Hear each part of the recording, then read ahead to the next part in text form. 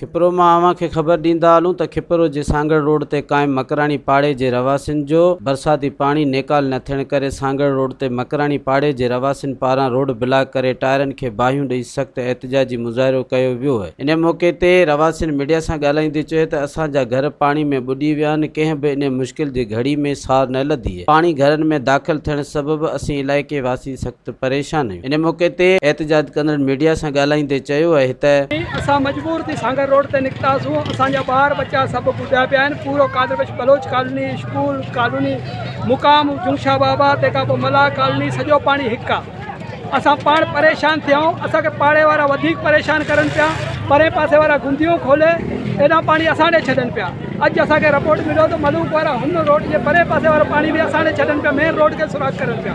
असां सरज़मीन ते वियासीं, सरज़मीन ॾिठो, असां उन्हनि खे चयो, असांखे चई तव्हां हेतिरा टाइम किथे आहे, असीं इहो खोलींदासीं, कॉलेज में छॾींदासीं।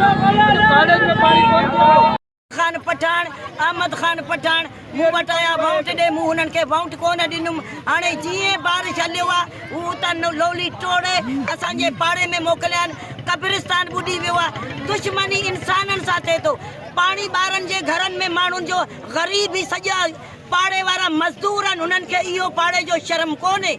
काज़ी शमशदीन हिननि खे बच कयो आहे त ग़रीबनि जो घर ॿोड़ियो। असां ग़रीब ॿुॾी मरंदा बचंदासीं, पर हुननि जे मथां अलाह साईं जो ॾमर किरंदो। पैसे पार्टी आहिनि, असां छो पीपुल्स पार्टी खे ॾिनासीं। मूं वटि 4 चकर आया। अॼु महीनो थियो आहे असांजा घरनि खे हली विज़िट कयो। असांजा नंढा बच्चा मलेरिया, बुखार, पाणी अलाह जो पाणी कोन्हे।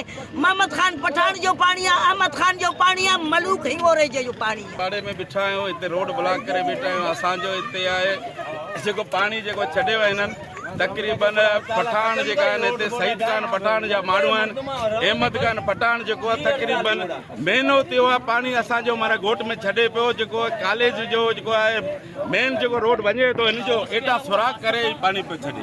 ऐं हींअर जेको आहे तक़रीबन कल्ह खां वठी या हीउ पंहिंजो मलूक इंगोर जो जेको आहे हिननि बि साॻियो सांगर रोड खे सुराख करे हेॾा जेको पाणी लोड़नि चाहिनि था। असांजे ग़रीब पाड़ो आहे जेको मकरानी पाड़ो, हिन में छॾनि पिया।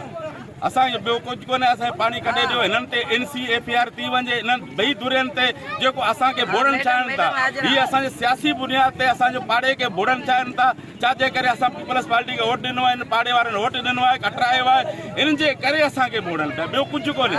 जॾहिं त एहतिजाज सबबि रोड जे ॿिन्ही पासनि खां रोड ब्लॉक थी वियो, ईंदड़ वेंदड़ मुसाफ़िर सख़्तु परेशान आहिनि। इंतिज़ामिया जे कंहिं बि ऑफिसर अचण जी ज़हमत न कई आहे। मज़ीद ख़बरनि ऐं तफ़सीलात लाइ विज़िट कयो असांजी वेबसाइट www.awamiNewsHD.com ऐं ॾिसंदा रहो अवामी न्यूज़ HD।